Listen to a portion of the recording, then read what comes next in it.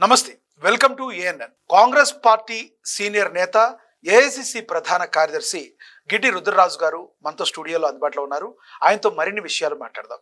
నమస్తే సార్. నమస్కారం అండి సార్. మొదటగా welcome to our channel sir. Thank you very much sir. Rudraraju గారు, ఆంధ్రప్రదేశ్లో కాంగ్రెస్ పార్టీ ఏ విధంగా ముందుకు వెళ్తుంది? అంటే స్థానికంగా ఉన్నటువంటి సమస్యలు, ప్రభుత్వ వ్యతిరేక అంశాలు, వీటిని దృష్టిలో పెట్టుకుని కాంగ్రెస్ పార్టీ పనిచేస్తోంది. ప్రధానంగా సూపర్ 6 అనేటువంటి నినాదంతో ఆనాడు కూటమి ప్రభుత్వం అధికారంలోకి రావడం జరిగింది.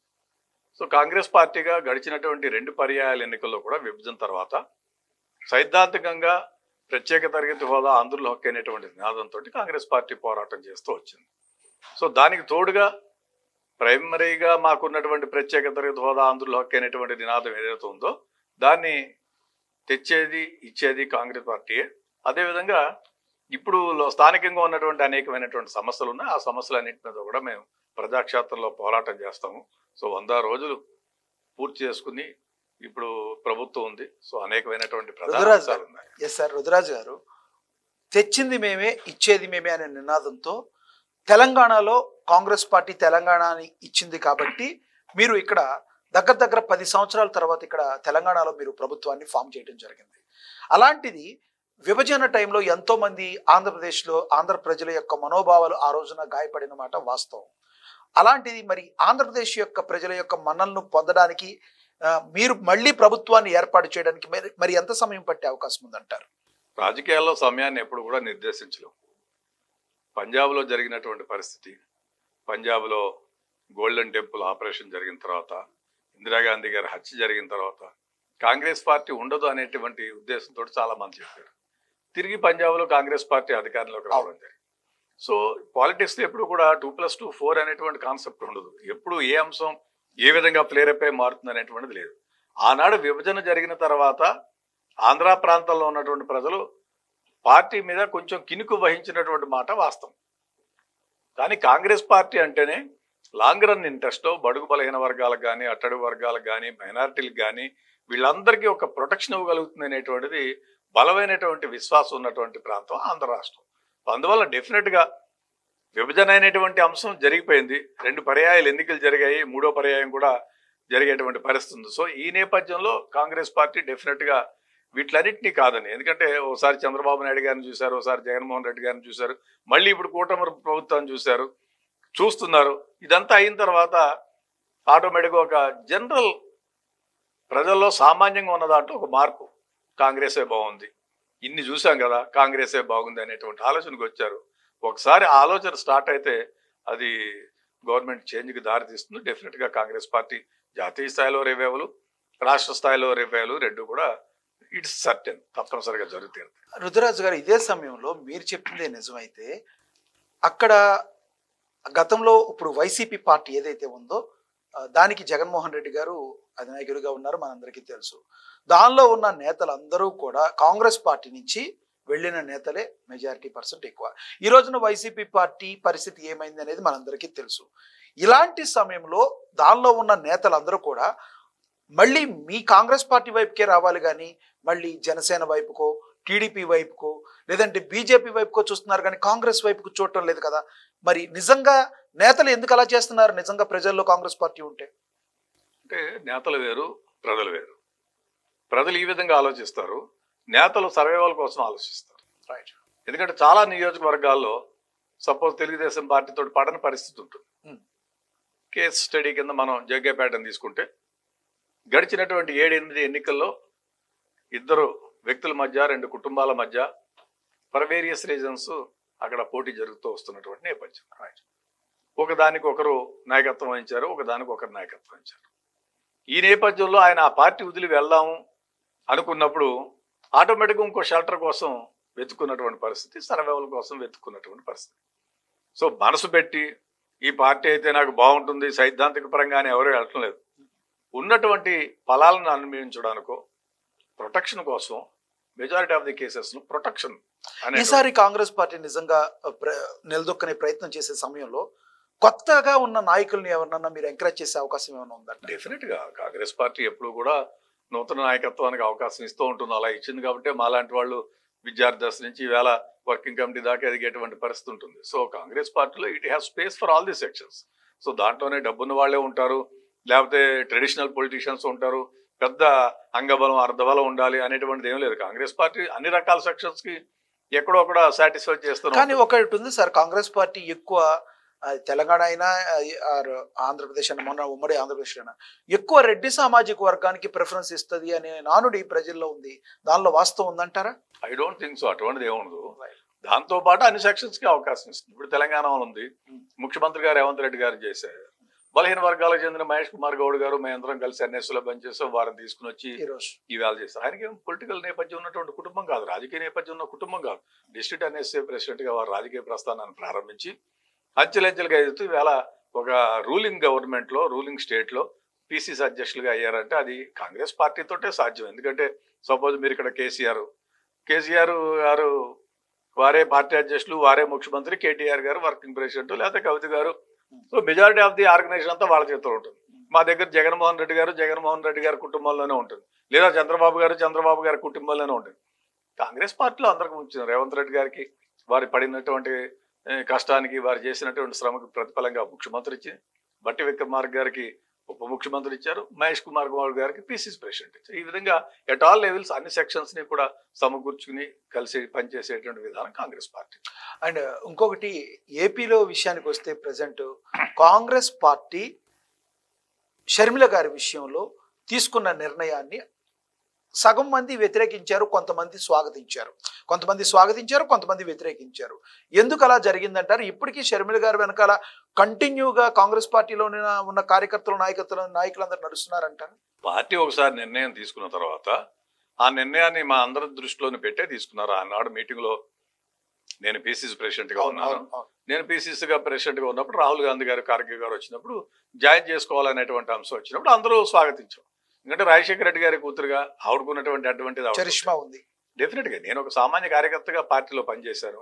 నా కుటుంబ నేపథ్యం లేకపోవచ్చు, లేకపోతే ఆర్థిక నేపథ్యం లేకపోవచ్చు, లేదా అంగబలం అర్ధబలం లేకపోవచ్చు, నేను పార్టీ ఎజెండాతోటి, పార్టీ జెండాతోటి, పార్టీ మౌలిక సిద్ధాంతాలతోటి కట్టుబడి పనిచేసినటువంటి వ్యక్తి.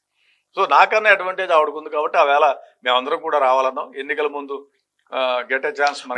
తెలంగాణలో సెటిల్ అవుదామని చూస్తారు, ఏపీకి ససేమిరా అన్నారు. కానీ ఇక్కడ రేవంత్ రెడ్డి గారి వీళ్ళందరూ కూడా చాలా స్ట్రాంగ్ గా అపోజ్ చేశారు. ఇక్కడ రావడానికి వీల్లేదు, కావాలంటే మీరు ఏపీకి వెళ్ళాలి కానీ ఇక్కడ రావడానికి వీల్లేదని రేవంత్ రెడ్డి ఆ టైంలో స్ట్రాంగ్ గా రేవంత్ రెడ్డి గారిని బాహాటంగా విమర్శించింది.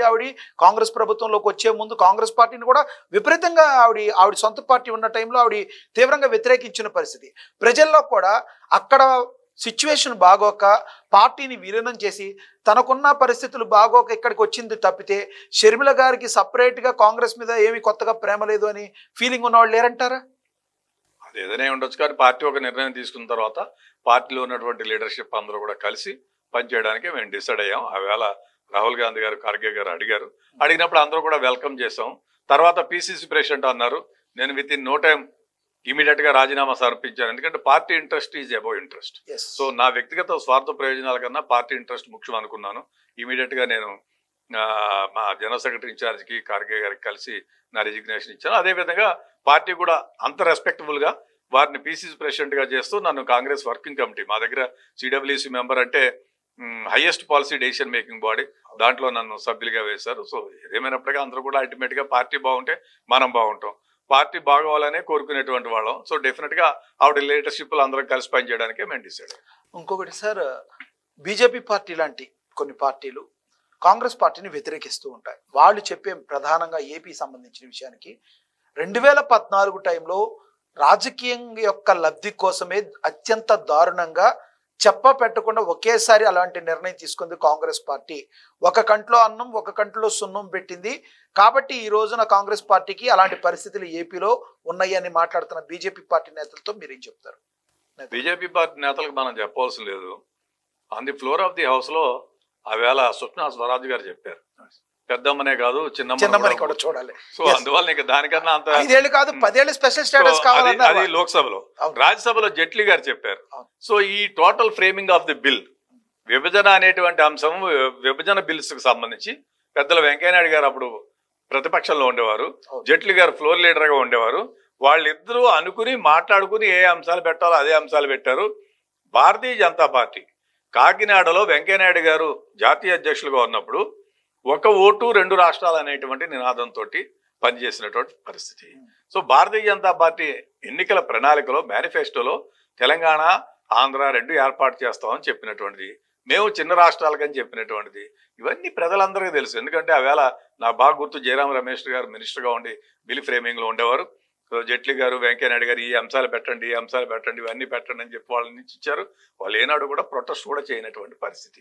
సో డెఫినెట్గా హౌస్లో ప్రతిపక్షాంది అంతే బాధ్యత, ఆనాడు ఉన్నటువంటి ట్రెజరీ బెంచెస్ కూడా అంతే బాధ్యత. బీజేపీ ఈక్వల్గా రెస్పాన్సిబుల్ దీనికి. మీకు ఏపీలో మీ క్యాడర్ మీకుంది, మీరు కొత్త వాళ్ళకి అవకాశం ఇస్తారు. కిరణ్ కుమార్ రెడ్డి లాంటి వాళ్ళు కూడా కాంగ్రెస్ పార్టీకి ఎప్పటి నుంచో వెన్నుదనుగా నిలిచిన వాళ్ళు, ఆయన ఇప్పుడు బీజేపీలో వెళ్ళటం జరిగింది. మరి ఒకవేళ కాంగ్రెస్ పార్టీ రానున్న రోజులు మరింత బలపడితే కిరణ్ కుమార్ రెడ్డి వంటి వాళ్ళు వస్తే మీరు యాక్సెప్ట్ చేసే అవకాశం ఉందా? అది వారి వ్యక్తిగతమైనటువంటి విషయం. యూజువల్ గా కిరణ్ కుమార్ రెడ్డి గారు, వారి తండ్రి గారు అమర్నాథ్ రెడ్డి గారు, వాళ్ళంతా ట్రెడిషనల్ కాంగ్రెస్. మరి ఏ విధమైనటువంటి నిర్ణయం తీసుకున్నారో నాకు అయితే గుర్తులేదు. ఎందుకంటే ఐడియాలజికల్ వారు, భారతీయ జనతా పార్టీ అనేటువంటిది, కాంగ్రెస్ పార్టీ అనేటువంటిది రెండు విభిన్నమైనటువంటి ఐడియాలజికల్ డిఫరెన్సెస్ ఉన్నటువంటిది, సెక్యులర్ భావాలు కలిగినటువంటి కాంగ్రెస్ పార్టీ. మరి మతానికి సంబంధించినటువంటి పార్టీ భారతీయ జనతా పార్టీ. అమర్నాథ్ రెడ్డి గారు 4 పర్యాయాలు కాంగ్రెస్ పార్టీలో ఎమ్మెల్యేగా, మంత్రిగా, ఒక స్టేజ్లో ముఖ్యమంత్రిగా అయ్యేటువంటి టాలెంట్ ఉన్నటువంటి వ్యక్తి. దాని తర్వాత కాంగ్రెస్ పార్టీ కిరణ్ కుమార్ రెడ్డి గారిని సుమారు 3.5 సంవత్సరాలు ముఖ్యమంత్రి చేసింది. ఐ డోంట్ నో ఏ విధంగా వారు నిర్ణయం తీసుకున్నారో అది వారి విజ్ఞతగా వదిలేస్తారు. రుద్రరాజు గారు, ఇప్పుడు బీజేపీ పార్టీ అంటే మతపరమైన పార్టీ అనే ముద్రని కాంగ్రెస్ పార్టీ ఏ విధంగా మా మీద నెట్టబడుతుందని వాళ్ళు చెప్తున్నారు. సెక్యులర్ ముసుగులో, సెక్యులర్ భావం అనే ముసుగులో కేవలం మైనారిటీ వర్గాల్ని తమ నెత్తి మీద పెట్టుకుని మిగతా వాళ్ళందరినీ కింద స్థాయికి వదిలేసిన కాంగ్రెస్ పార్టీకి సరైన ట్రీట్మెంట్ ఈ రోజున భారతదేశంలో లభిస్తుందన్న మాటలను మీరు ఏమంటారు? ఈ దేశంలో వివిధ జాతులు, వివిధ సంస్కృతులు, భిన్న రకాల భిన్నత్వంలో ఏకత్వం. స్వాతంత్రం వచ్చినప్పుడు ఇప్పుడు ఆర్టికల్ 370 గురించి మాట్లాడతారు. It's a very big debatable issue. Article 370 Jammu కాశ్మీర్లో ఉన్నదాన్ని మా తూర్పుగోదావరి జిల్లా అమలాపురం సముద్రం దగ్గర ఉన్నవాడికి ఏం సంబంధం, ఎలా ఉంటుందని ఏ కోణంలో చూస్తావు? It all depends upon how you visualize it. Right. So Bharatiya Janata Party కొన్ని విషయాలని దేశవ్యాప్తంగా బలంగా రుద్దింది. ఈ సెక్షన్లకి మనం వ్యతిరేకం. ఎందుకు వ్యతిరేకం ఉండాలి? అమెరికాలో ఉంటారు, అమెరికాలో రకరకాల మంది జనం ఉంటారు. మీ ఇంటి నుంచి ఒకరు వెళ్ళారు, మా ఇంటి నుంచి ఒకరు వెళ్ళారు, అందరూ సిటిజన్సే, ఈక్వల్ రైట్స్ ఉంటాయి. అటువంటి ఈక్వల్ రైట్స్ కాదని చెప్పి ఓ సెక్షన్ ఆఫ్ పీపుల్ ఎలిమినేట్ చేసి, ఇప్పుడు అస్సాం ఉంది, అస్సాంలో ఎన్ఆర్సీ అన్నారు. మేము ఎవరు అసలు ఈ రాష్ట్రంలో ఉన్నవాడు ఎవరు లేరు, రిజిస్టర్ ఏర్పాటు చేస్తాం. ఎలా చేస్తారు? మీరు ఎంతవరకు చెప్తారు? మీ తండ్రి గారి పేరు చెప్తారు, మీ తాతగారి పేరు చెప్తారు, ముత్తాతగారు బాగా గుర్తుంటే మీ ముత్తాతగారు, మీ తాతగారు పైన చెప్పలేము. సో 3 జనరేషన్లు పెట్టి నువ్వు మేము గణిస్తాము ఎవరెవరు ఎక్కడ వాళ్ళు అంటే ఈ దేశంలో ఏమైనా పాసిబిలిటీ ఉండేటువంటి పరిస్థితి ఉంటుందా? సో మన దగ్గర జరిగింది ఏంటి? సనాతనంగా కొన్ని వేల సంవత్సరాల నుంచి రకరకాల వ్యక్తులు పాలించారు దీన్ని. రాజరిక వ్యవస్థ దగ్గర నుంచి అనేక మంది పరిపాలించినటువంటి పరిస్థితులు సక్సెస్ఫుల్ గా ప్రజాస్వామ్యం వచ్చింది. Thanks to senior leadership. ఆవేళ నెహ్రూ గారో, పటేల్ గారో, అంబేద్కర్ గారో, పెద్ద పెద్ద వాళ్ళు, మౌలానా అబుల్ కలాం ఆజాద్, వాళ్ళందరూ పనిచేశారు. ఈ దేశానికి ఫస్ట్ ఎడ్యుకేషన్ మినిస్టర్ గా మౌలానా అబుల్ కలాం ఆజాద్ గారు పనిచేశారు. ఆయనకి ఇటువంటి లీన్ మెంటాలిటీ ఉంటే ఐఐటీలు రావుగా, ఐఏఎం రాదు కదా. So they are all visionaries. వాళ్ళు ఈ దేశం కోసం ఆలోచించారు, లాంగ్ రన్ కోసం ఆలోచించారు. భారతీయ జనతా పార్టీ లాగా ఎన్నికలు గెలవాలనేటువంటి ఆలోచనలో వాళ్ళు ఎప్పుడు పనిచేయలేదు. మీ ఇంట్లో దేవుడు లేడా, మా ఇంట్లో దేవుడు లేదా, మీరు పూజిస్తారు, నేను పూజిస్తాను, వాళ్ళు దాన్ని బహిరంగం చేస్తారు. రిలీజియన్ కానీ, కులం కానీ, these are all private issues. నేను పొద్దునే దేవుడి దండం పెట్టుకుని ఈవేళ మీ దగ్గర ఇంటర్వ్యూకి వచ్చాను. నేను వచ్చినంత మాత్రాన ఐఎమ్ నాట్ ఎగ్నెస్ట్ ఎనీబడి. ఈ దేశంలో మనం అన్ని వర్గాల ప్రజల్ని కూడా గౌరవించవలసిన పరిస్థితి ఉంటుంది. అదే కాంగ్రెస్ పార్టీ చేసింది. మహాత్మా గాంధీ గారు చెప్పినా, నెహ్రూ గారు చెప్పినా, ఎవరు చెప్పినా ఏమన్నారు? ఆ పరిస్థితులను బట్టి కొన్ని నిర్ణయాలు తీసుకోవాల్సి వచ్చింది. దేశం ఏర్పడిన తర్వాత ఎక్కడ కొత్త రాష్ట్రాలు ఏర్పడ్డా కానీ ఒక రాష్ట్రాన్ని 3 ముక్కలు చేసి, 2 ముక్కలు చేసి యూనియన్ టెరిటరీ చేయలేదు. జమ్మూ కాశ్మీర్ ఎందుకు చేయవలసి వచ్చింది? ఎందుకు చేయవలసి వచ్చింది? 2 మాజీ ముఖ్యమంత్రులు జైల్లో పెట్టారు. 3,000 మంది, 4,000 మంది లీడర్లని సంవత్సరాల కాలం పెట్టారు. ఇంటర్నెట్ సౌకర్యం లేనటువంటి పరిస్థితి చేశారు. సో ఏం అల్టిమేట్గా ఏం జరిగింది? ప్రజలు ఏం కావాలనుకున్నారు? వాళ్ళు డెసిషన్ ఇచ్చారు. సో భారతీయ జనతా పార్టీ చేసేటువంటి ప్రచారం అంటే ఆ ప్రచారంలో మీరు అన్నట్టు ప్రచారం గుర్తుందో లేదో, వినాయకుడు పాలు తాగాడు, వినాయకుడు పాలు తాగాడు అంటే దేశంలో జనం అంతా బొమ్మ దగ్గర పాలు తాగాడా? తాగలేదు కదా. సో అది అంటే విగ్రహాల రాయిలన్నీ కూడా ద్రవ పదార్థాలను ఆకర్షించినని సైంటిఫిక్ గా ప్రూవ్ చేశారట. ఎక్కడ ఎలా చేయగలుగుతారు సార్ అవన్నీ? ఉత్తిది విగ్రహం పాలు తాగితే ఇంకేముంది సార్? ఏదో ఒక సూపర్ న్యాచురల్ పవర్ తోటి మనం నడుస్తూ ఉంటాం. దాన్ని కావాలని చెప్పి ఒక కథా వస్తువుగా చేసి ఇది చేస్తే సమాజంలో రకరకాల విశ్వాసాలు ఉన్న వాళ్ళు ఉంటారు, వాళ్ళందరినీ కలుపుకుని వెళ్ళాలి. అటల్ బిహారీ వాజ్పేయి గారు ఉన్న టైంలో ఉన్న బీజేపీ పార్టీకి ప్రస్తుతం ఉన్న బీజేపీ పార్టీకి ఏమన్నా డిఫరెన్స్ ఉందని మీరు భావిస్తున్నారు సార్? మనం భావించడంలో బీజేపీ వాళ్ళే భావిస్తున్నారు. ఓకే, భారతీయ జనతా పార్టీలో సీనియర్ లీడర్షిప్ ఎవరైతే ఉందో వాళ్ళే భావిస్తున్నారు. భారతీయ జనతా పార్టీ అనేటువంటిది మోరార్లెస్ ఇప్పుడు బిజినెస్ కమ్యూనిటీకి సంబంధించినటువంటి ప్రధానంగా అంబానీ, అదానీ వాళ్ళ ఇంట్రెస్ట్ కోసం పనిచేస్తున్నట్టే కనపడుతుంది. పోర్ట్స్ కానీ, ఎయిర్పోర్ట్స్ కానీ, సీ పోర్ట్స్ కానీ, ఒక స్టైల్ ఆఫ్ బిజినెస్ అన్ని ఒక సెక్షన్కి, ఇంకొక style of infrastructure, roads, national highways, toll గేట్లు, ఇవన్నీ ఒకరికి. మోనోపోలీ అనేటువంటిది ఈ దేశానికి మంచిది కాదు. నేషనల్ లెవెల్లో కూడా గవర్నమెంట్ ఆఫ్ ఇండియాలో మోనోపోలీని బ్రేక్ చేయడానికి ఒక కాంపిటేటివ్ ఇదని, డైరెక్టరేట్ ఆఫ్ కాంపిటేటివ్ ఇదని ఉంటుంది. సో వాళ్ళు ఏంటంటే ఎక్కడికక్కడ మోనోపోలీ లేకుండా చేస్తారు. సో మోనోపోలీ వచ్చిన తర్వాత it will become like East India కంపెనీనే. ఈస్ట్ ఇండియా కంపెనీ ఏం చేసింది? అల్టిమేట్ గా మోనోపోల్ వచ్చి మనం అన్నిటికీ వాళ్ళ మీద డిపెండ్ అయ్యాం కాబట్టి వాళ్ళ చేతిలోకి రాజ్యం తీసుకుంది. సో ఇప్పుడు జరగకూడదే ఉంది. గుజరాత్ పోర్ట్ మీరు వాళ్ళకే ఇస్తారు, కృష్ణపట్నం పోర్ట్ వాళ్ళకే ఇస్తారు, లేకపోతే వైజాగ్ లో ఉన్నదాన్ని హ్యాండ్ ఓవర్ చేసుకుంటారు. ఇవన్నీ జరిగితే మన తెలుగు వాళ్ళే ఉన్నారు. జీవికే కష్టపడి వ్యాపారం పెట్టుకున్నాడు. ఎవరైనా వ్యాపారస్తులు, సంస్థలు చెమట ఓడిస్తే కానీ పెద్ద సంస్థను ఎస్టాబ్లిష్ చేయలేదు కదా. బొంబాయి ఎయిర్పోర్ట్ తీసుకోవడం అంటే తెలుగువాడు గర్వపడాలి కదా. దాన్ని ఈడీ రైడ్స్ చేసి మనమే చూసాం కదా, భయపెట్టి తీసుకున్నారు కదా. కృష్ణపట్నం పోర్ట్ ఉంది, మన తెలుగు వాళ్ళు డెవలప్ చేసుకున్నారు, దాన్ని ఏదో మాట్లాడుకుని తీసుకున్నారు కదా. విశాఖపట్నంలో ఒక పోర్ట్ ఉంది, దాన్ని కూడా తీసుకున్నారు కదా. అంటే ఏంటి దీనికి అంతే ఏంటి? అసలు ఈ దేశం ఎటుపోతుంది? ఎందుకు ఈ దేశం ఎవరి కోసం పనిచేయాలి? ప్రజాస్వామ్యం ఎందుకు? పూర్వీకులు మనకు ప్రజాస్వామ్యం తెచ్చింది వీళ్ళ కోసమైనా? అన్ని సెక్షన్స్ బతకాలి కదా. బిజినెస్ లో కూడా ఇంకా చాలా మంది ఉన్నారు, అందరికి డివైడ్ చేసి ఇవ్వండి. ఇప్పుడు యుద్ధం జరుగుతుంది, ఎయిర్పోర్ట్స్ అన్ని వాడు సీజ్ చేశాడు అనుకోండి, ప్రైవేట్ వాడికి హ్యాండ్ ఓవర్ చేసేస్తారు. ఏమైపోతుంది? నీకు ల్యాండ్ అవ్వలేనటువంటి పరిస్థితిలో ఉంటుంది. సీ పోర్ట్స్ అన్ని ఇప్పుడు మనం చూస్తున్నాం. మాదక ద్రవ్యాలు ఎక్కడి నుంచి వస్తున్నాయండి? గుజరాత్ లో ఇప్పటి వరకు కొన్ని కోట్ల రూపాయలు విలువైనటువంటి మాదక ద్రవ్యాలను పట్టుకున్నారు. అంతే కదా పోర్టులు. నేను ప్రభుత్వం మన వాళ్ళ కింద పనిచేసి మన పెద్దల కింద పనిచేసేది కదా. సో ఇటువంటి ఇష్యూస్ అన్ని వచ్చి అల్టిమేట్ గా it may lead to social unrest. Social unrest అనేటువంటిది వస్తే ఈ దేశం విచ్ఛిన్నమయ్యేటువంటి పరిస్థితి ఉంటుంది. అందుకని దేశాన్ని కానీ దీన్ని ఉన్నటువంటి సోల్, దోషం, దాన్ని కాపాడుకుంటూ ఏ ప్రభుత్వం పరిపాలన చేయాలి. బేసిక్ ఇష్యూస్, ఫండమెంటల్ ఇష్యూస్ మీద ప్రభుత్వాలు కాంప్రమైజ్ కాకూడదు. భారతీయ జనతా పార్టీ ఇప్పుడున్నటువంటి పరిస్థితుల్లో, పూర్వకాలం భారతీయ జనతా పార్టీ, ఈవేళ ఉన్నటువంటి భారతీయ జనతా పార్టీకి ఎక్కువగా భారతీయ జనతా పార్టీ నాయకులు ఎక్కువ సమాధానం చెప్పారు. రైట్. ఇంకొకటి సార్, ఏపీ విషయంలో ఇప్పుడు వైఎస్ జగన్మోహన్ రెడ్డి గారు ఏదైతే కాంగ్రెస్ పార్టీలో ఉన్న నేతలందరినీ కానీ, కార్యకర్తలందరినీ కానీ వైఎస్ఆర్ కాంగ్రెస్ పార్టీ అని పెట్టి వాళ్ళందరినీ లాక్కోవటం అనుకోండి, లేదంటే ఏదైనా అనుకోండి చేయడం జరిగింది. ఆ రోజున సోనియా గాంధీ గారికి వ్యతిరేకంగా తిరుగుబాటు బావుట ఎగరవేసి ఆయన ఏపీలో నిలదొక్కోవటం జరిగింది. ఇదే జగన్మోహన్ రెడ్డి గారు 2024లో ఓటమిని ఇప్పటికీ కూడా ఆయన తీసుకోలేకపోతున్నారు. ఓటమిని ఒక రకంగా ఆయన తీసుకోలేకుండా అవసరమైతే రేపొద్దున ఫ్యూచర్లో కాంగ్రెస్లో విలీనం చేస్తాము అంటే జగన్మోహన్ రెడ్డి గారిని కాంగ్రెస్ పార్టీ, వైఎస్ఆర్ కాంగ్రెస్ పార్టీని కాంగ్రెస్ పార్టీలో విలీనం చేస్తాము అంటే కాంగ్రెస్ పార్టీ ఏం చేసే అవకాశం ఉందంట? It is up to the high command. Congress అధ్యక్షులు మల్లికార్జున ఖార్గే గారు ఏ డెసిషన్ తీసుకుంటే కాంగ్రెస్ పార్టీ దానికి కట్టుబడి ఉంటుంది. ఓకే. జగన్మోహన్ రెడ్డి గారి పార్టీలో వైఎస్ఆర్ మా నాయకుడు, 2 పర్యాయాలు ముఖ్యమంత్రి, సిఎల్పి లీడరు, పలు పర్యాయాలు ఎంపీ, మంత్రి. ఇవన్నీ కాంగ్రెస్ పార్టీలో పిసిసి ప్రెసిడెంట్ గా 2 సార్లు. ఇవన్నీ కాంగ్రెస్ పార్టీ చేసిన వారు.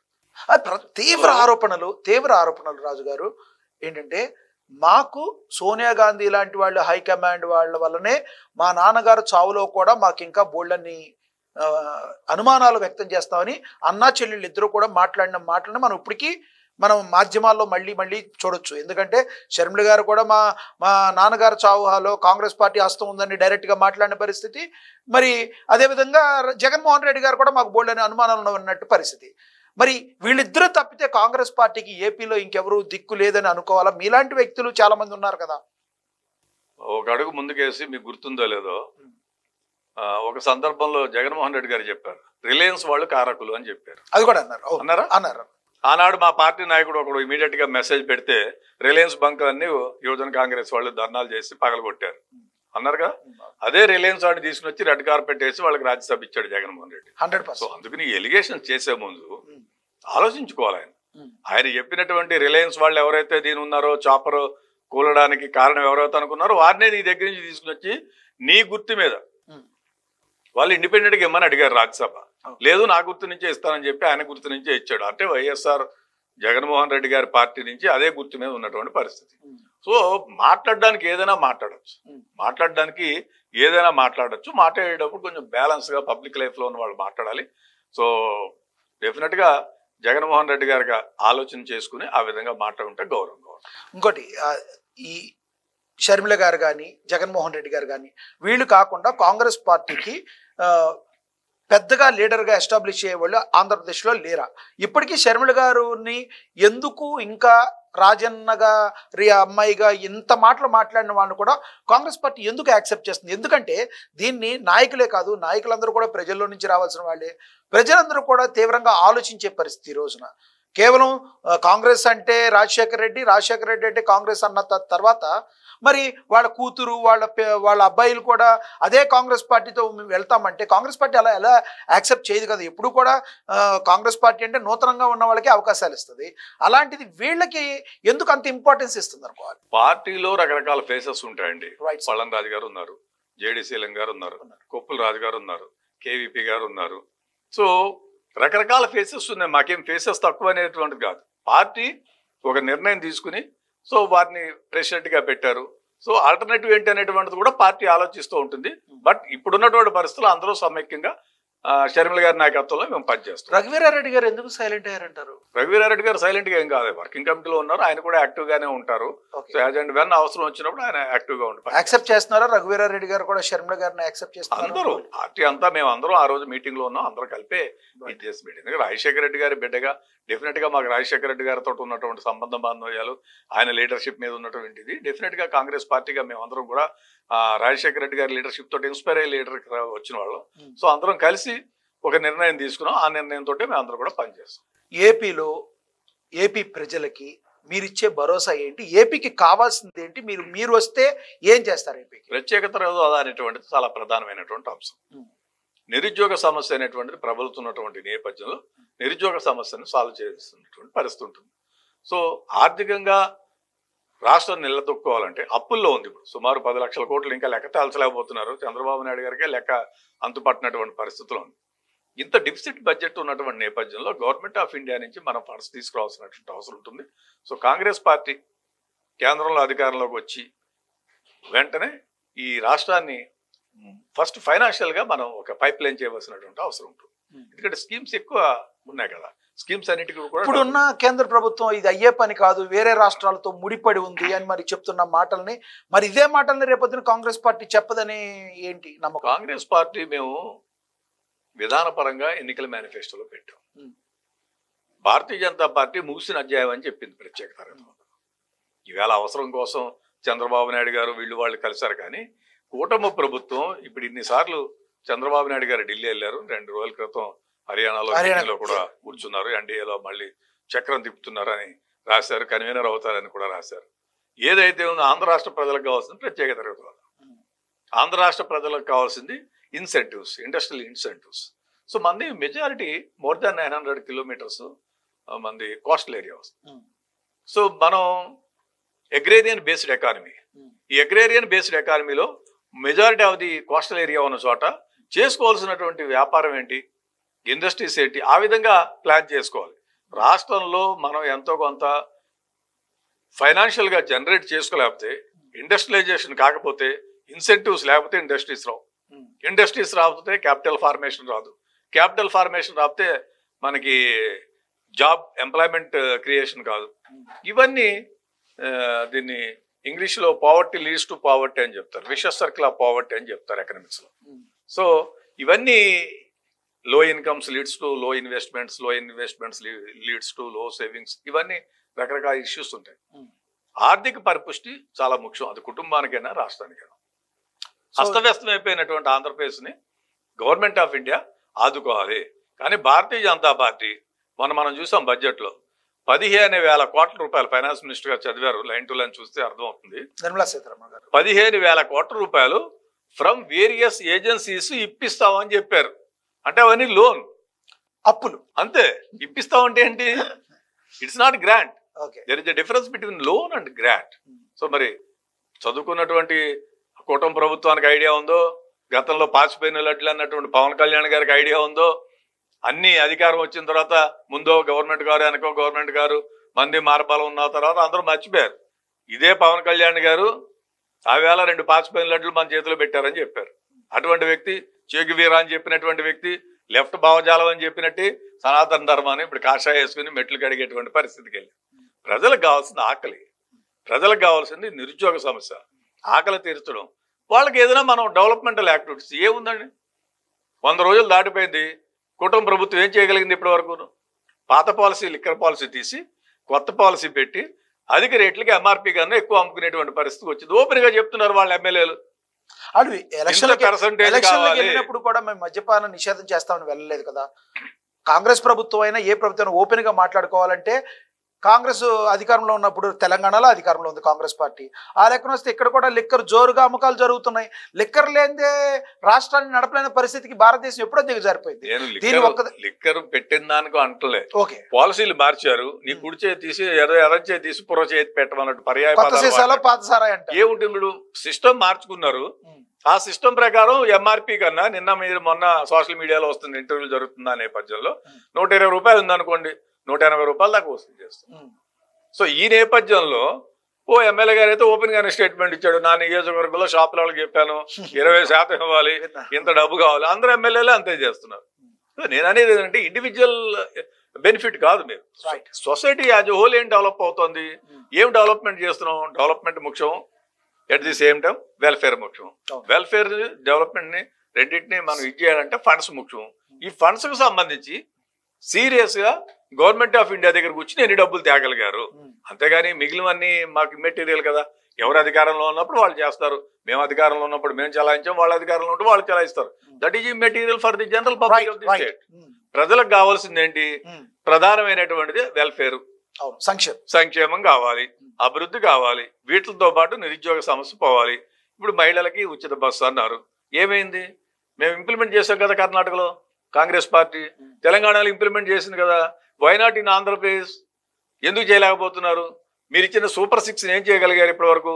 ఎక్సెప్ట్ పెన్షన్స్, మిగిలింది ఏంది ఇంప్లిమెంట్ చేసే పరిస్థితులు? వాళ్ళు చెప్పే మాట ఏంటంటే అసలు గతంలో చిన్నాభిన్నం చేశారు మొత్తాన్ని కూడా, కాబట్టి మేము అంచెలంచెలుగా ప్రతిదీ చేసే ఉద్దేశం మాకు చిత్తశుద్ధి ఉంది, దానిలో భాగంగానే ఒక్కొక్కటి చేసుకుంటూ వస్తామని చెప్తున్నారు. చిన్నాభిన్నం అంటే government is a continuous process కదా. మన ఇంట్లో కాగితాలు రాసి ఇప్పేయడానికి government is a continuous process. వారు ఉన్నప్పుడు ముఖ్యమంత్రి గారు వారి యంత్రాంగం ఉంటుంది, ప్రిన్సిపల్ సెక్రటరీలు ఉంటారు. మీరు అడిగిన క్వశ్చన్ ఏపీకి ఎలా వర్తించదు, తెలంగాణలో కూడా రాగానే మీరు చెప్పిన సూపర్ 6 కాదు, ఇక్కడ 6 గ్యారెంటీలు అన్నారు. మీ దానిలో 6 గ్యారెంటీలు ఒకేసారి మీరేమి అమలు చేయలేదు కదా.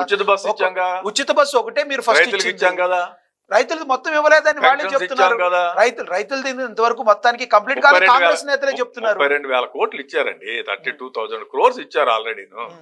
కొంతమంది రైతులకి ఇవ్వలేదని కాంగ్రెస్ నేతలు ఒప్పుకుంటున్నారు. 32,000 crores ఇచ్చారు, కనీసం మీరు ఏది ఇంప్లిమెంట్ చేయలేకపోతున్నారు కదా. మీరు వచ్చి 10 నెలలు అయింది, వాళ్ళు వచ్చి 3 నెలలకే మీరు చేయాలని అడుగుతున్నా. మీరు 10 నెలల్లో మీరు ఎందుకు ఇక్కడ ఒకేసారి కంటిన్యూ చేయలేదు? 10 నెలల్లో ఇప్పుడు ఆల్మోస్ట్ 4 స్కీములు ఇంప్లిమెంట్ చేసాం. మిగిలిన స్కీమ్స్ ని పైప్ లైన్ లో ఉన్నాయి, చేసేస్తారు.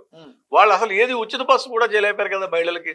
ఉచిత బస్సు ఏం పెద్ద ఇదే ఉంటుంది, ఓటర్ కార్డు ఏదో చూపిస్తారు, ఎక్కువ కూర్చుంటారు. దానికి ఏం పెద్ద పాలసీ డెసిషన్ అక్కర్లేదు, డేటా చేయవలసిన పని లేదు. ఆడవాళ్ళని గుర్తుపడతాం, మగవాళ్ళని గుర్తుపడతారు. సో ఆడవాళ్ళందరూ బస్సులు ఎక్కుతారు, మనం బస్సు పెడతారు. అంటే ఇక్కడ మీరు ఏవైతే చేశారో కొంతమంది ఆటో వాళ్ళకి కొన్ని సమస్యలు ఏదో వచ్చినాయి, ఆ సమస్యలన్నీ కూడా రెక్టిఫై చేసి ఒక్కసారి మనం వెళ్తే మళ్ళీ ఎవరు మనకి ఎటువంటి ప్రాబ్లమ్స్ రాకుండా చేయాలి, దాని మీద కసరత్తు చేస్తాం. 1 or 2 months లో మేము దాన్ని చేస్తామని చెప్తున్నారులేండి. దాని గురించి కసరత్తు ఎంతకాలమైనా పట్టచ్చు కదా. మొదటి నెల నుంచి ఆఖరి నెల వరకు కూడా కసరత్తు పట్టచ్చు. గ్యాస్ సిలిండర్లు ఇస్తా అన్నారు, కొన్ని గ్యాస్ సిలిండర్లు ఇవ్వచ్చుగా. సో చేయలేని పరిస్థితుల్లో ప్రభుత్వం, నేను అనేది ఏంటంటే అది వాళ్ళు కూడా కాదు, వాళ్ళు గవర్నమెంట్ ఆఫ్ ఇండియా దగ్గర కూర్చుని నీ బార్గెనింగ్ కెపాసిటీ ఉన్నప్పుడు, ఎన్డీఏలో మీరు కీలక భాగస్వామి అయినప్పుడు, మీ ఎంపీల వాళ్ళని అక్కడ ప్రభుత్వం నిలబడినప్పుడు సాధించాలి కదా. ఏం సాధించారనేది నేను అనేది. గవర్నమెంట్ ఆఫ్ ఇండియాని పట్టుకుని government of India GST revenues కానీ గవర్నమెంట్ ఆఫ్ ఇండియా బడ్జెట్ కానీ ఇవన్నీ ఉన్నప్పుడు 10,000 కోట్లు 20,000 కోట్లు 50,000 కోట్లు లెక్కే ఉంటుందండి. Where there is a will there is a way. వీళ్ళకి అవకాశం ఉండాలి, ఆలోచన ఉండాలి. అయ్యో మనం ఈ రాష్ట్రానికి తెచ్చుకోవాలి, రాష్ట్ర ప్రయోజనాలు ముఖ్యము అంటే ఒకటి, లేదు నా ప్రయోజనాలు స్వప్రయోజనాలు ముఖ్యం అనుకుంటూ ఒకలా పనిచేస్తారు. అపార్ట్ ఫ్రమ్ ఏపీ, ఇప్పుడు మన తెలంగాణ విషయానికి వస్తే హైడ్రా అనే విషయాన్ని తీసుకొచ్చిన తర్వాత తెలంగాణలో అసలు ఒక రకంగా చెప్పాలంటే కాంగ్రెస్ పార్టీ తెలంగాణలో ప్రభుత్వాన్ని ఫామ్ చేస్తుందని చెప్పి ఒకానొక సమయంలో ఎవరు అనుకోలేని పరిస్థితి. లాస్ట్ మినిట్లో కాంగ్రెస్ పార్టీ మరి రేవంత్ రెడ్డి గారు అంటే చాలా తక్కువ సమయంలో రేవంత్ రెడ్డి గారు అధ్యక్షుడు అయిన తర్వాత ఎంతో హేమాహేమీలు కోమటిరెడ్డి వెంకటరెడ్డి లాంటి వాళ్ళు పెద్ద పెద్దోళ్ళు హేమాహేమీలు అందరినీ ఒక్క తాటి మీదకి తీసుకొచ్చి గ్రేట్ఫుల్గా కాంగ్రెస్ పార్టీని ఫామ్ చేశారు. ఫామ్ చేసిన తర్వాత గతంలో చిన్నాభిన్నం చేస్తున్న ఇక్కడున్న ఆర్థిక వ్యవస్థను మొత్తం గాడిని పెట్టుకుంటూ మేము ముందుకెళ్తున్నాం అని చెప్పుకున్న వీరు హైడ్రాని ఎప్పుడైతే తీసుకొచ్చారో ఈ చెరువులు కుంటలు బఫర్ జోన్లో ఉన్న వాటినన్నిటి కూడా కంపల్సరీ మేము ప్రజల యొక్క సౌకర్యార్థం రేపొద్దున ప్రజల కోసం మేము చేస్తామని చెప్తున్నారు. దాన్ని ఎన్కన్వెన్షన్ కూల్ చేసినప్పుడైతే అందరూ స్వాగతించారు. కానీ ఈ రోజున మూసీ ప్రక్షాళన అని చెప్పి మూసీ సుందరీకరణ అని చెప్పి లేదంటే రానున్న రోజుల్లో హైదరాబాద్ ప్రజలకు ఎటువంటి ఇబ్బందులు కలగకుండా ఉండని చెప్తున్నప్పుడు ఎందుకు నెగిటివ్లో వస్తుంది అనుకుంటున్నారు హైడ్రా? అంటే హైడ్రాని భస్మాసురాస్తంగా చెప్తున్న వాళ్ళకి మీరేం చెప్తారు? హైడ్రా అనేటువంటిది మనం ఆలోచించవలసింది long run interest of the people ఆలోచించాలి. 311 జీవో 311 జీవోకి సంబంధించి క్యాచ్మెంట్ ఏరియా మన హైదరాబాద్ జంట నగరాలకు సంబంధించి డ్రింకింగ్ వాటర్ కోసం ఏదైతే క్యాచ్మెంట్ ఏరియా ఉంటుందో ఆ ఏరియాలన్నీ కూడా 311 జీవోగా అప్పుడు పెట్టారు. సో అక్కడ వర్షం పడుతుంది, వేరియస్ ఫార్మ్స్లో అది వచ్చి చెరువులు నిండుతాయి. నిండినటువంటి చెరువుల ద్వారా మనం దాన్ని శుద్ధి చేసుకుని మంచినీళ్ళు తాగేటువంటి పథకం. అదేవిధంగా ఇప్పుడు మూసి అనేటువంటిది ఒక నది, గతంలో బ్రహ్మాండంగా ప్రవహించేటువంటి నది. ఆ మూసి పరివాహక ప్రాంతం ఏదైతుందో అవన్నీ కూడా రకరకాల ఎంక్రోచ్మెంట్స్ జరగడం మూలాన్ని నేరో అయిపోయి చిన్న డ్రైన్లా అయిపోయినటువంటి పరిస్థితి. ఈవేళ పెద్ద ఎత్తున వర్షం పడుతోంది, మునిగిపోతుంది, మొత్తం మునిగిపోతుందంటే అవుట్లెట్ లేక. ఇన్లెట్ రెండు అంశాలండి, ఇన్లెట్ వేరు అవుట్లెట్ వేరు. ఈ అవుట్లెట్లన్నీ మీకు మనం కల్టివేట్ చేసి కప్పెట్టేసి అపార్ట్మెంట్లు కట్టి అది పెట్టి, నేను విజ్ఞప్తి చేసేది ఏంటంటే ఎక్కడైతే పేదవాళ్ళు ఉంటారో ఎవరైతే పేదవారు ఉంటారో వాళ్ళందరి ఇంట్రెస్ట్ ని కాంగ్రెస్ పార్టీ ప్రొటెక్ట్ చేస్తుంది. వాళ్ళందరినీ తప్పనిసరిగా సర్వే చేసి ఇక్కడ ఈ ప్రాంతంలో హైదరాబాద్ ఇన్ఛార్జ్ మంత్రిగా పొన్నం ప్రభాకర్ గారు ఉన్నారు, రంగారెడ్డి ఇన్ఛార్జ్ మంత్రిగా శ్రీధర్ బాబు గారు ఉన్నారు, ముఖ్యమంత్రి గారికి కూడా హైదరాబాద్ సికింద్రాబాద్ మీద పూర్తి అవగాహన ఉంది, రేవంత్ రెడ్డి గారు కూడా. సో డెఫినెట్ గా పేద ప్రజల పక్షాన ప్రజలకు జరిగేటువంటి అన్యాయం ఇంత కూడా కాంగ్రెస్ పార్టీ నుంచి కానీ ప్రభుత్వం నుంచి కానీ ఉండదు. ఎట్ ది సేమ్ టైం ఇప్పుడు ఎన్ కన్వెన్షన్ కొడితే మేము ఇదే లేదు, ఎన్ కన్వెన్షన్ కొట్టినప్పుడు కూడా మేము దానికి ఏమనలే, ఇల్లీగల్ గా కన్స్ట్రక్షన్ చేసి కట్టారు కాబట్టి దాన్ని కొట్టినటువంటి పరిస్థితి. సో ఎక్కడైతే పర్మిషన్స్ అవి చెరువులు కుంటలు ఇవన్నీ కలిపేసి కట్టారో రేపు ఇబ్బంది అయ్యేటువంటి అయిపోయింది. ఇప్పుడు ఫాతిమా డిగ్రీ కాలేజ్ ఏదైతే ఉందో అది కూడా కంప్లీట్ గా మీకు చెరువులోనే కట్టారు, దాన్ని ఎందుకు చేయట్లేదు అంటే దానికి అది విద్యార్థుల యొక్క టైం కాబట్టి, చదువుకునే టైం కాబట్టి ఇది అయిపోయిన తర్వాత దాన్ని చేస్తామని చెప్పి రంగనాథ్ గారు చెప్పడం కూడా జరిగింది. మరి ఇమీడియట్లీగా చేయకుండా అలాంటి బోల్డన్ని కన్స్ట్రక్షన్స్ ఉన్నాయి, విద్యార్థులను పక్కకు పంపించి దాన్ని చెయ్యొచ్చు. ఎందుకు మైనారిటీ వర్గాలను వెనకేసుకొచ్చే క్రమంలోనే మీరు మీ యొక్క ఓటు బ్యాంక్ రాజకీయం కోసమే కొంతమందికి ఒకలాగా కొంతమందికి ఒకలాగా రియాక్ట్ అవుతున్నారని అనేది నెంబర్ 1. నెంబర్ 2, రీసెంట్గా సికింద్రాబాద్ ముత్యాలమ్మ టెంపుల్ మీద అమ్మవారి విగ్రహం మీద కూడా దాడి జరిగిన మాట వాస్తవం. అది ఒక మతంలోని ఒక వ్యక్తి అతను డైరెక్ట్గా తన కాల్తో అమ్మవారిని ఈ రోజు కూడా దాని గురించి ఏదో కొంతమంది హిందూ సంఘాలు ఏదో ధర్నా కూడా ఏయో చేపట్టాయి. ఇలాంటి టైంలో ఎందుకు సరిగ్గా కాంగ్రెస్ పార్టీ ఇక్కడ సరైన యాక్షన్ తీసుకోలేకపోతుంది? ముస్లిం ఓట్ల కోసం ముస్లిమ్స్ని కానీ ఏమి అనేది హిందువులను అయితే ఎప్పుడు తిడతాక రెడీలో ఉంటుందని చెప్తున్న వారికి మీరేం చెప్తారు? డెఫినెట్ గా కాంగ్రెస్ పార్టీగా అన్ని మతాలని గౌరవించే పార్టీ కాంగ్రెస్ పార్టీ. మహాత్మా గాంధీ గారు చనిపోయే ముందు కూడా హే రామ్ అన్నటువంటి పరిస్థితి. సో కాంగ్రెస్ పార్టీ అనేటువంటిది ఆనాడు బాలగంగాధర తిలక్ గారు ముంబైలో గణపతి నవరాత్రులు జరగడం దగ్గర నుంచి నిమజ్జనం వరకు చేసింది కూడా కాంగ్రెస్ పార్టీనే ఆ వేళ నుంచి. సో ఇది కావాలని భారతీయ జనతా పార్టీ అక్కడక్కడ చేసేటువంటి ప్రచారం. ఇది గవర్నమెంట్లో ఎవరు అధికారంలో ఉన్నా కూడా లా అండ్ ఆర్డర్ను ఫార్మ్గా డీల్ చేసేటువంటి పరిస్థితి గవర్నమెంట్ చేస్తుంది. ముఖ్యమంత్రి రేవంత్ రెడ్డి గారు కానీ మాకు ఉన్నటువంటి ఇన్ఛార్జ్ మినిస్టర్ కానీ మినిస్టర్స్ కానీ చాలా ఫార్మ్గా డీల్ చేస్తారు. ఇటువంటి వాటిలో వేట్లకు కూడా అవకాశం ఉండదు. సో కాంగ్రెస్ పార్టీ అనేది కాదు, it is question of government. ఒకసారి ముఖ్యమంత్రి అయిన తర్వాత ఈ రాష్ట్రానికి ముఖ్యమంత్రి ఆయన, రాష్ట్రంలో ఉన్నటువంటి అన్ని వర్గాల ప్రజలకి ఆయన రిప్రజెంటేటివ్. సో ఒక వర్గం ఇటు ఒక వర్గం అటు ఉంది అనేటువంటిది కావాలని ప్రచారం చేసేదే. సో డెఫినెట్లీ ఈ will take very serious action on that. జరిగినటువంటి వాటిలన్నిటి మీద కూడా ఎటువంటిదైనా దాని మీద ఎంక్వైరీ చేస్తారు. ఆఫీసర్స్ని, కన్సర్న్ ఆఫీసర్స్కి డైరెక్షన్స్ ఇస్తారు. ఇందాక మీరు చెప్పారు ఈ మన దీనికి సంబంధించి మూసీయే కాకుండా హైడ్రాకి సంబంధించి, హైడ్రాలో కూడా ఆల్రెడీ కన్సర్న్ ఆఫీసర్స్ చెప్పడం జరిగింది. ఎట్టి పరిస్థితుల్లోనూ ఎడ్యుకేషన్ ఇన్స్టిట్యూషన్స్ అవి కూడా ఇప్పుడు సమయం దగ్గర అవుతుంది కాబట్టి కొన్ని గైడ్ లైన్స్ ఫ్రేమ్ చేసాం, దాన్ని వాళ్ళు సరిదిద్దుకుంటారని చెప్పడం జరిగింది. వాళ్ళకి ఆల్టర్నేటివ్ అకామిడేషన్ కూడా కావాలి, ఎందుకంటే పెద్ద ఎస్టాబ్లిష్మెంట్, 100 మంది పిల్లలు ఉంటారు, వాళ్ళ భవిష్యత్తు, వాళ్ళు మళ్ళీ వాళ్ళ పేరెంట్స్ ఇవన్నీ ఉంటాయి కాబట్టి. సో డెఫినెట్ గా ప్రభుత్వం ఇప్పటి వరకు కూడా ఈ మధ్యకాలం ఎక్కడ కూల్చివేతలు లేవు, అందరికీ చెప్తున్నారు, మంచి మాటలు చెప్తున్నారు. ప్రభుత్వం డబుల్ బెడ్రూమ్ ఇల్లు ఏర్పాటు చేసింది, ఇన్ఛార్జ్ మినిస్టర్స్ మాట్లాడుతున్నారు. సో వాళ్ళందరూ కూడా కన్విన్స్ చేసి తీసుకెళ్ళి, ఎప్పుడైనా సరే సెంటిమెంటల్ గా, ఎమోషనల్ గా ఒక ప్రాంతానికి అటాచ్మెంట్ అయి ఉంటారు. కొద్ది రోజుల తర్వాత అది తెలుస్తుంది. ఇప్పుడు మనకి బేగంపేట నుంచి మనం ఎయిర్పోర్ట్ ని శంషాబాద్ చాలా బాధపడ్డారు. ఈవేళ మీరు హైదరాబాద్ ఎయిర్పోర్ట్ చూసినప్పుడు ఆ కంఫర్ట్ లెవెల్స్ కానీ, దాని విడ్త్ ఆఫ్ రేంజ్ కానీ, లేకపోతే ఇది కానీ ఉన్నప్పుడు జనం అంతా అబ్బో చాలా బాగుంది. కొద్ది రోజులు ఇనిషియల్ గా ఏమైంది, మనకి ఆ బ్రిడ్జ్ లేకపోవడం వల్ల, పివి నరసింహరావు గారి ఎక్స్ప్రెస్ హైవే లేకపోవడం వల్ల ఇబ్బంది పడ్డారు. సో అవి ఇనీషియల్ గా జరుగుతాయి. కానీ ఈవేళ నేను బొంబే ఎయిర్పోర్ట్ చూసినా, ఢిల్లీ ఎయిర్పోర్ట్ చూసినా, దానికన్నా స్పేషియస్ గా ఇంకొక 30-40 ఏళ్ళు అయినా మన ప్రజలందరికీ మంచి సర్వీస్ ఇచ్చేటువంటి ఎయిర్పోర్ట్. అదే విధంగా ప్రభుత్వం కూడా, రేవంత్ రెడ్డి గారి ఆలోచన సుందరీకరణ అనేటువంటిది కాదు, కానీ మనం మూసీ పరివాహక ప్రాంతాలను క్లీన్ చేయాలి. రాజశేఖర రెడ్డి గారు ముఖ్యమంత్రిగా ఉన్నప్పుడే దీని ఆలోచన ఆనాడు ప్రభుత్వం చేసింది. కేసీఆర్ గారు ప్రభుత్వం వారు ముఖ్యమంత్రిగా ఉన్నప్పుడు నేను కేటీఆర్ గారు ప్రెస్ కాన్ఫరెన్స్ పెట్టారు, మేము కూడా ఈ ఆలోచన చేసామని చెప్పి. ఇదే అధికారులు కదండి, ఐఏఎస్లు, ఐపీఎస్లు, వాళ్ళు వేరియస్ రీజన్స్ ఇక్కడ అక్కడ పోస్టులు ఉంటారు, కానీ 20-30 ఏళ్ళు ఉండేవాళ్ళు, వాళ్ళు పర్మనెంట్ కదా, వాళ్ళందరూ ఇక్కడ ఉన్న వాళ్ళే కదా. సో అటువంటిది ఏం లేదు ఈ వ్యవస్థలో. Government is a continuous process కాబట్టి గత ప్రభుత్వం తీసుకున్నటువంటి నిర్ణయాలు, కేసీఆర్ గారు తీసుకున్నటువంటి నిర్ణయాలు, రేవంత్ రెడ్డి గారు తీసుకున్న నిర్ణయాలు, నెక్స్ట్ వచ్చేటువంటి ప్రభుత్వాలు ఇవన్నీ కంటిన్యూస్ ప్రాసెస్ లో చేస్తూ ఉంటాయి.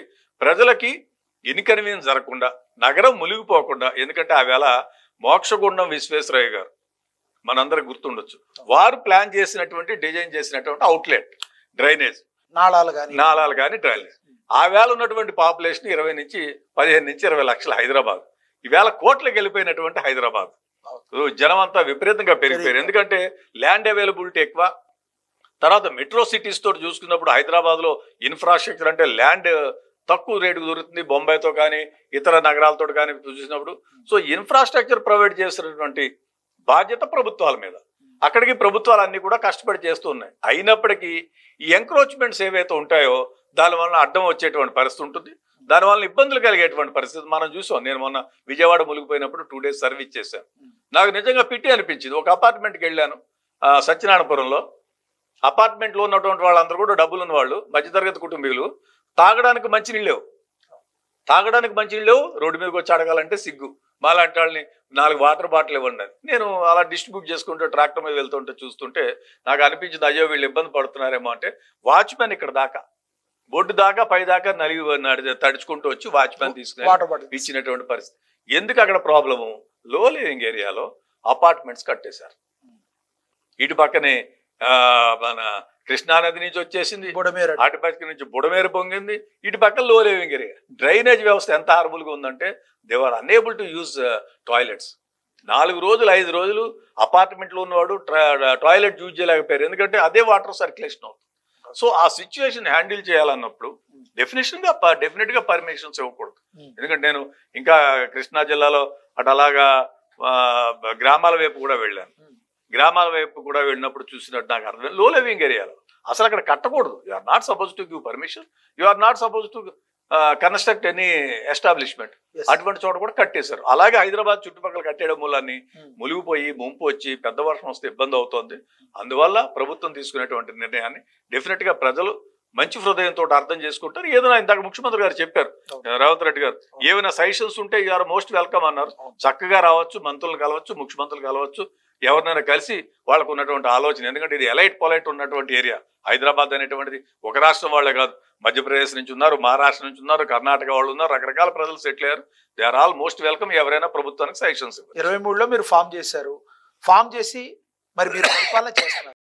నెక్స్ట్ 28లోకి వచ్చేసేపటికి మళ్ళీ ప్రభుత్వాన్ని మీరు ఫామ్ చేయగలరని ధీమా మీకు ఉందంటారా? డెఫినెట్ గా కాంగ్రెస్ పార్టీ చేస్తున్నటువంటి అభివృద్ధి సంక్షేమ పథకాలు, జాతీయ స్థాయిలో మా నాయకులు రాహుల్ గాంధీ గారికి వస్తున్నటువంటి ఇమేజ్, వీటిలన్నింటినీ దృష్టిలో పెట్టుకుని కాంగ్రెస్ పార్టీ బలమైనటువంటి నాయకత్వం ఉంది. ఇక్కడ మల్టీ లీడర్షిప్ ఉంది. అందరూ కూడా చాలా సీనియర్ మోస్ట్ లీడర్స్ ఉన్నారు. రేవంత్ రెడ్డి గారు ఉన్నారు, బట్టి గారు ఉన్నారు, షబీర్ అలీ గారు ఉన్నారు, పొన్నం ప్రభాకర్ గారు ఉన్నారు, కోమటిరెడ్డి గారు ఉన్నారు, ఉత్తమ్ రెడ్డి గారు ఉన్నారు. వీళ్ళందరూ ఒకప్పుడు కూడా ఉన్నారు కదా, సీతక్క గారు ఉన్నారు, వీళ్ళందరూ ఉన్నారు, ఒకప్పుడు కూడా ఉన్నారు. కానీ రాక 10 ఏళ్ల తర్వాత మీకు అవకాశం వచ్చింది. ఈ అవకాశాన్ని మరి మీరు వినియోగించుకోవడానికి మరోపక్క బీఆర్ఎస్ బీజేపీ కూడా కలిసి వెళితే ఒకవేళ మీరు తట్టుకుని నిలబడగలరంటారా? డెఫినెట్ గా కాంగ్రెస్ పార్టీకి ఇదేం కొత్త కాదండి. గతం నుంచి ఎన్నో ఎన్నికల్లో పోటీ చేసింది, ఎన్నో ఎన్నికల్లో గెలిపోయింది. బీఆర్ఎస్ అనేటువంటిది ఆల్మోస్ట్ ఇట్స్ డన్, అయిపోయింది. ఇక లోకల్ బాడీ ఎన్నికలు ఒక చరిత్ర అంటారు, అయిపోయింది. పార్లమెంట్ లోనే రిప్రజెంటేషన్ లేని స్థితికి వచ్చేసింది. సో ఇంక దాని గురించి మనం పెద్దగా ఏమి ఆలోచించవలసింది. ఒక పెద్ద పార్టీ 10 సంవత్సరాలు రూల్ చేసిన పార్టీ లోక్సభలో సీటు కూడా గెలవలేనటువంటి పరిస్థితి వచ్చిందంటే that itself indicates the position of the BRS party. Yes sir, okay. AP Telangana పక్కన పెడితే రీసెంట్ గా హర్యానా ఎన్నికల్లో మీకు పడిన దెబ్బ అది మామూలు దెబ్బ కాదు. అసలు ఏంటి అని ఆలోచించుకుని మీరు అసలు ఎక్కడ తప్పు జరిగింది అని ఆలోచించుకోవాల్సిన పరిస్థితిలోకి వెళ్ళిపోయింది. ఒక రకంగా చెప్పాలంటే ఆత్మరక్షణ ధోరణిలోకి పడిపోయింది కాంగ్రెస్ పార్టీ అంటలో ఎటువంటి సందేహం లేదు. అసలు హర్యానా ఎన్నికల రిజల్ట్కి ప్రధాన కారణం ఏంటంటారు? హర్యానా ఎన్నికల్లో BJP was successful in operating spoilers. Bharatiya Janata party ఏ ఎన్నికల్లోనూ కూడా స్పాయిలర్స్ ని ఎక్కువ ఆపరేట్ చేస్తూ ఉంటుంది. దాన్ని మనం కొంచెం అలర్ట్ గా ఉండి చూసుకోవాల్సినటువంటి పరిస్థితి. అలర్ట్ లేరంటారా కాంగ్రెస్ నేతలు? చూసుకోవాలి, చెక్ చేసుకుంటూ ఉండాలి. ప్రభుత్వ వ్యతిరేకత ఉందని దానికి మనకు అర్థమైందంటే 11 మంది మంత్రులు ఉంటే 9 మంది ఓడిపోయారు అక్కడ. So that itself indicates against government ఉంది అనేటువంటి. ఈ ఎగెనెస్ట్ గవర్నమెంట్ ని ఓవర్కమ్ చేసి మనం కాంగ్రెస్ దాన్ని క్యాపిటలైజ్ చేసుకోవాలి అనుకునేటప్పుడు యాజ్ ఏ పొలిటికల్ పార్టీగా చాలా కేర్ఫుల్ గా ఉండాలి. రాజకీయాల్లో ఓవర్ కాన్ఫిడెన్స్ అనేటువంటిది తప్పు. డెఫినెట్ గా అక్కడ జరిగినటువంటి నేపథ్యాన్ని పార్టీ రివ్యూ చేస్తుంది. మా జనరల్ సెక్రటరీ ఇన్ఛార్జ్ కానీ, అక్కడ ఉన్నటువంటి సీనియర్ నాయకులు కానీ, మా ఆర్గనైజేషన్ ఇన్ఛార్జ్ కానీ, రాహుల్ గాంధీ గారికి కానీ రివ్యూ చేశారు. So party will take a call on it. అంటే ఇక్కడే కాదు, హర్యానాలోనే కాదు, జమ్మూ కాశ్మీర్లో కూడా ఏమంత పర్ఫార్మెన్స్ ఏది? మీరంటే ఈ టీఎంసీతో వెళ్ళారు కాబట్టి మీకు, కానీ అక్కడ కూడా సీట్లు బాగా తక్కువ వచ్చిన పరిస్థితి. ఈ రోజున బీజేపీకి అక్కడ ఇదివరకు మీద మెరుగైన సీట్లు వచ్చిన పరిస్థితి. ఏం జరిగిందంటారు జమ్మూ కాశ్మీర్లో కూడా కాంగ్రెస్ ప్రభుత్వానికి, కాంగ్రెస్కి ఎక్కువ సీట్లు రాకపోవడానికి, కాంగ్రెస్కి ఎక్కువ రాకపోవడానికి? దాని మీద ఒక సబ్ కమిటీని కాన్స్టిట్యూట్ చేసిన పార్టీ. యాజ్ అండ్ వెన్ ఆ రిపోర్ట్స్ ఏవైతే వస్తాయో దాన్ని కాంగ్రెస్ వర్కింగ్ కమిటీలో డిస్కస్ చేస్తారు. సో అప్పుడు మనకు అన్ని విషయాలు కూడా తెలుస్తాయి కూలంకుషంగా. అంటే మనం అక్కడికి జమ్మూ కాశ్మీర్ మీద నాకు అంత పెద్ద అవగాహన లేదు. సో అక్కడ ఉన్నటువంటి పరిస్థితులు ఏమున్నాయనేటువంటిది అక్కడ పిసిసి ప్రెసిడెంట్, కొత్తగా సిఎల్పి లీడర్ని ఏర్పాటు చేశారు. వాళ్ళందరూ రివ్యూ చేసి దాని మీద ఒక. ఇక్కడ కేరళలో సార్ యాక్చువల్గా మీకు కమ్యూనిస్టు సిపిఎం పార్టీ ఎప్పుడు కూడా మీకు ఫ్రెండ్షిప్ గా ఉంటుంది. కానీ కేరళలో వచ్చేటప్పటికి మీకు మీపై పోటీ చేసే తత్వాన్ని చూస్తే ఏ రకంగా చూడాలి? సిపిఎం మీ మీద పోటీ చేయడాన్ని ఎలా చూడాలంటే, ఇండియా అలయన్స్ భాగస్వామ్య పక్షాలు ఒక కామన్ మినిమం ప్రోగ్రామ్ తోటి, కామన్ ఎజెండా తోటి జాతీయ స్థాయిలో పనిచేస్తున్నమాట వాస్తవం.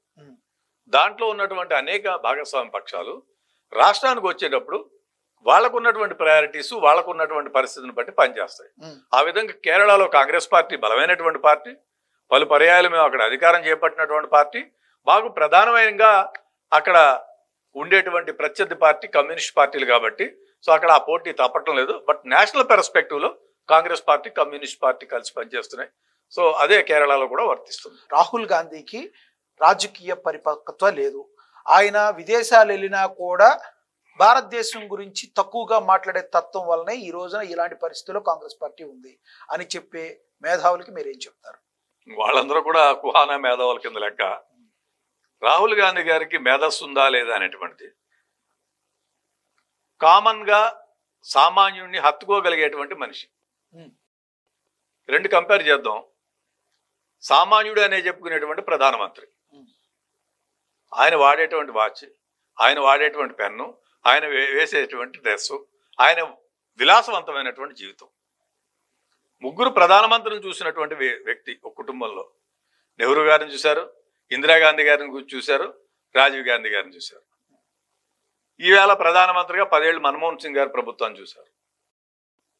Okay, Congress party leader of opposition గా ఎల్ఓపిగా ఉన్నటువంటి రాహుల్ గాంధీ, ఆయన ఉండేటువంటి సింపుల్ లివింగ్. ఈ రెండింటిని ప్రజలు అర్థం చేసుకుంటున్నారు. ఇప్పుడు కాదు సార్, మీరే చెప్పారు బీజేపీ ఇంతమందిని ప్రధానమంత్రిని చూసి అప్పటి నుంచి కూడా రాహుల్ గాంధీ గారు ఉన్నారు. ఇప్పటికీ ఎఫిషియెంట్ గా ఎందుకు బీజేపీ పార్టీ యొక్క రాజకీయ ఎత్తుగడల్ని రాహుల్ గాంధీ గారు మరి ఎత్తుకు పై తేయలేకపోతున్నారు? అంటే it all depends upon so many factors. ఒక వ్యక్తి, ఒక శక్తి, మీ ఆర్గనైజేషన్ ఉంటుంది. మీరు ఒక్కరు కంట్రోల్ చేసి నడపగలుగుతారు అదని? నన్ను తీసుకురావడానికి మీరు యాంకరింగ్ పార్ట్ చేస్తారు, నన్ను తీసుకురావడానికి ఇంకొక ఆయన ఉంటాడు, ఇంకొక ఆయన ఇంకోటి చేస్తాడు, మీ అందరిని పోషించడానికి జీతాలు ఇవ్వడానికి ఇంకొక ఆయన ఉంటారు. So it's not individual, it is the question of team work. So దాంట్లో ఏంటి అనేటువంటిది మనం చూసుకోవాలి. ఆయన పాత్ర as a leader of opposition wonderful performance మనం అంతా కూడా చూస్తున్నాం. సామాన్యుడికి అందుబాటులో ఉండి సామాన్యుడి ఇష్యూల మీద మాట్లాడి సామాన్యులందరికీ అందుబాటులో ఉండే విధంగా ఈ దేశాన్ని మిళితం చేసి కలిసి ఉండే విధంగా, ఈ దేశ ప్రయోజనాలు కాపాడే విధంగా పనిచేసే విధంగా ఉన్నారు. ఎక్కడా కూడా ఆయనలో మీకు అనేకమైన చాలా డిఫీట్స్ చూసాం మనం 2014 తర్వాత నుంచి. ఏనాడు ఆయన దాని మీద పెద్దగా రియాక్ట్ అయినటువంటి పరిస్థితి కాదు. So is not for power, purely అధికారం కోసం ఉన్నటువంటి వ్యక్తి కాదు, ఈజ్ అబౌవ్ దట్. ఓకే, అది తెలియనటువంటి భారతీయ జనతా పార్టీ ఆర్ఎస్ఎస్ వాళ్ళు ఇలా చెప్తూ ఉంటారు. సో రాహుల్ గాంధీ గారికి పదవి కొత్త ఉంది సార్. ప్రధానమంత్రి నెహ్రూ గారు ఇంట్లో ఎటువంటి వాళ్ళు తిరిగి ఉంటారు? ఈ ప్రపంచ దేశాల్లో ఉన్నటువంటి గొప్ప గొప్ప వాళ్ళు తిరిగారు నెహ్రూ గారి దగ్గర. ఇందిరాగాంధీ గారు ఎటువంటి వాళ్ళని చూస్తుంటారు? రాజీవ్ గాంధీ ఎన్ని చూస్తుంటాడు? సోనియా గాంధీ గారికి నాకు ప్రధానమంత్రి అని కాంగ్రెస్ పార్లమెంటరీ పార్టీ అంతా కూడా తీర్మానించి మీరే ప్రధానమంత్రి అమ్మ అంటే వద్దని మన్మోహన్ సింగ్ గారు ఇచ్చినటువంటి పరిస్థితి. సో ఆ పదవి వాళ్ళ ఇంట్లో కొత్తదని నేనైతే భావించడం లేదు, నాకున్నటువంటి ఒక 20-30 సంవత్సరాల పార్టీ లాయలిస్ట్ గా. So is above all that. Transformation రావాలి, మార్పు తీసుకురావాలి, సమాజంలో పేదవాడికి మంచి జరగాలి, అన్ని వర్గాల ప్రజలకి ఇంక్లూజివ్ గ్రోత్ ఉండాలి అనేటువంటి ఆలోచనలు ఉన్నాడు. అంతేగాని మేము ఓన్లీ నేను ప్రధానమంత్రికి వస్తాను అనుకుంటే ఆయన మన్మోహన్ సింగ్ గారి తర్వాత సెకండ్ టైం లోనే తీసుకోవడం కూడా తీసుకోలేదు, క్యాబినెట్ మినిస్టర్ కూడా తీసుకోలేదు. పదవికాంక్ష లేదంటారు ఆయన. Is not for power, is not for power, is for country. Okay, overall గా కంట్రీలో ఒక ఎత్తు అయితే తమిళనాడులో ఎప్పుడు ఒక ఎత్తులాగా ఉంటుంది. తమిళనాడులో కాంగ్రెస్ పర్ఫార్మెన్స్ రానున్న ఇంకా 1-2 సంవత్సరాల్లో తమిళనాడుకి శాసనసభకి ఎన్నికలు వచ్చే అవకాశం ఉంది. కాంగ్రెస్ ప్రభుత్వం పార్టీ ఎలా ఉండబోతుంది తమిళనాడు? డెఫినెట్ గా అక్కడ మాకు అలయన్స్ పార్ట్నర్స్ డిఎంకే తోటి కలిసినాము, స్ట్రాంగ్ గా కలిసి ఇద్దరు కూడా పనిచేసేటువంటి పరిస్థితి. మన పార్లమెంట్ లో కూడా చాలా సీట్లు కాంగ్రెస్ పార్టీ చేసిన సక్సెస్ రేట్ చాలా బాగుంది. సో డెఫినెట్ గా ఈసారి అసెంబ్లీ ఎన్నికల్లో కూడా కాంగ్రెస్ పార్టీ వాళ్ళు కలిసి పనిచేస్తారు. ఇప్పుడు మీకు వచ్చిన హర్యానా రిజల్ట్స్ మీద అంటే దూరం ఉంది, జార్ఖండ్, మహారాష్ట్ర అత్యంత సమీపంలో ఉన్నాయి. ఉన్న మహారాష్ట్ర, జార్ఖండ్ ఎన్నికలు ఏవైతే ఉన్నాయో వీటిల్లో కాంగ్రెస్ పార్టీ మొన్న హర్యానా జరిగిన రిజల్ట్స్ ఏవైతే ఉన్నాయో ఆ ప్రభావం కాంగ్రెస్ పార్టీకి పడే అవకాశం ఉందంటారా? Jharkhand, Maharashtra I don't think so అండి, అలా ఉండదు. స్టేట్ కి రకరకాలుగా ఉంటుంది. సో డెఫినెట్ గా ఇక్కడ alliance partners Congress party, NCP, Shiv Sena వీళ్ళు ముగ్గురు కలిసి పనిచేస్తున్నటువంటి నేపథ్యం. సో డెఫినెట్ గా Congress will form the government. Right, thank you so much sir. మీ యొక్క అమూల్యమైన సమయాన్ని మా ఏఎన్ఎన్ ప్రేక్షకుల కోసం మా కోసం కేటాయించినందుకు ధన్యవాదాలండి. Thank you very much. అదేవిధంగా ఏఎన్ఎన్ ప్రేక్షకులకి, మేనేజ్మెంట్ కి అందరు కూడా ఆల్ ఇండియా కాంగ్రెస్ కమిటీ తరఫున నా హృదయపూర్వక నమస్కారాలు, ధన్యవాదాలు. సో వ్యూవర్స్, చూసాం కదా, ఇది గిడ్డి రుద్రరాజు గారితో స్పెషల్ ఇంటర్వ్యూ. ఏదేమైనప్పటికీ కూడా ఆంధ్రప్రదేశే కాక తెలంగాణలోనే కాకుండా సౌత్లోనే కాకుండా టోటల్గా భారతదేశం మొత్తం కూడా అత్యంత తక్కువ సమయంలో రానున్న రోజుల్లో కాంగ్రెస్ పార్టీ బలంగా ముందుకు వెళ్లే అవకాశం ఉందని చెప్పి రానున్న రోజులు మొత్తం కూడా కాంగ్రెస్ పార్టీ చెప్తున్నారు గిడ్డి రుద్రరాజు గారు. ఇది వాటి స్పెషల్ ఇంటర్వ్యూ. నమస్తే, this is Lakshminath signing off.